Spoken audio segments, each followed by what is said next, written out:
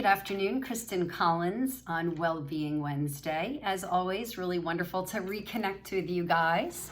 And this week, we're going to continue our dialogue in reference to well-being on embracing uncertainty and the unknown. And I'm coming to you live from my home of 17 years, where we are literally in the middle of a disruptive move, and about 80% of our belongings, our collection of memories and life and experiences and gifts, are being escorted to one of many places, to our new tiny condo that David and I are moving into, to friends, to Goodwill, to our children, some to the landfill, as much recycling as possible.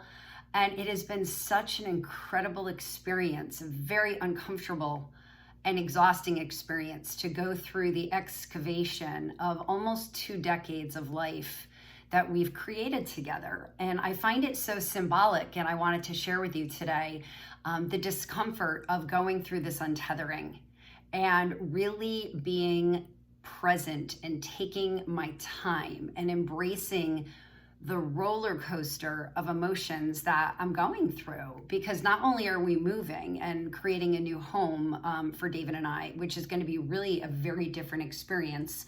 We're going from a very private single family home into a condo where I've already met most of my neighbors as I move in, and they're amazing, but it's a lot tighter and a lot more connectivity.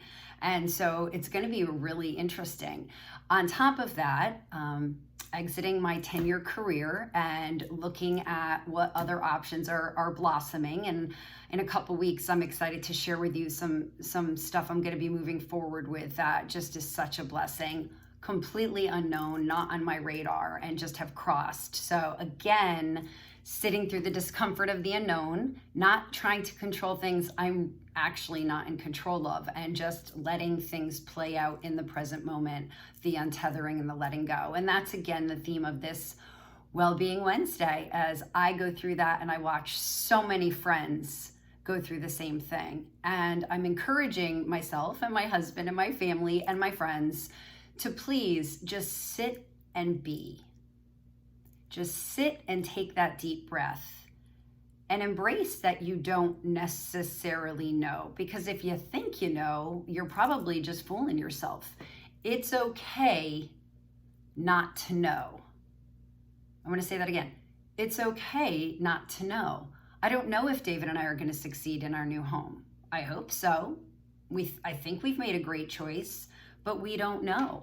And every decision that I'm making right now, it's like I'm going with my gut, I'm going with my intuition, because I'm present and I'm calm and I'm breathing, but I'm like, I don't know. But what I do have faith in is that whatever crosses is either going to teach me a lesson I need to learn, or give me an aha moment, or it's going to go ahead and come even stronger, bigger, and better than I ever dared to dream. So I don't know if that resonates for you, but I hope it does.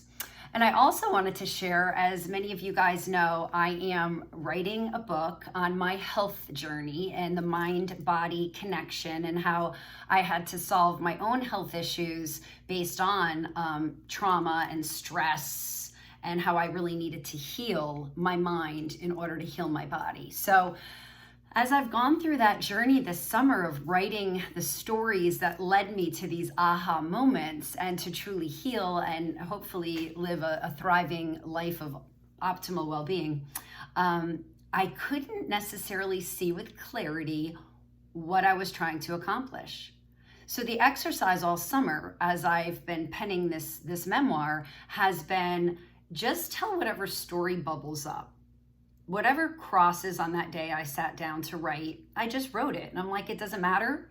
It doesn't matter if anyone ever reads this. It doesn't matter if it ends up going in a book. It doesn't matter if it gets edited to death. It doesn't matter. Just journal your story. And so one, I hope not only are you sitting in your present moment, but that you too are journaling whatever downloads for you. It helps to get it out of your body, out of your cells, and on paper, and release it. So as I've been in this program at Georgetown University, and I've been working with my editor who's out of Portland, Oregon, she's amazing. Karina's been such a gift to me all summer. I kept kind of apologizing to her, and I'm like, I don't know where I'm going with this. I'm not sure why I chose to tell that story. And I have to tell you guys that in the middle of this crazy move, as I sit in my house that's basically vacant, I don't know where I'll be coming to you from next week. The past 72 hours, the pieces of the puzzle started coming together. I could feel them starting to interlock. And I'm like, oh, I'm getting it now. So not only is the clarity of the why of my sharing starting to come together, but the reflection on my own journey that I've been through has been so therapeutic and so celebratory, and just honoring my 53 and a half year journey and the wonder of it, and reflecting on things that seemed to be really, really traumatic at the time. And some were, and some weren't. And just realizing that it's all perfect and it's all divine. And really the foundation is that I have to just know who I am. I am unique.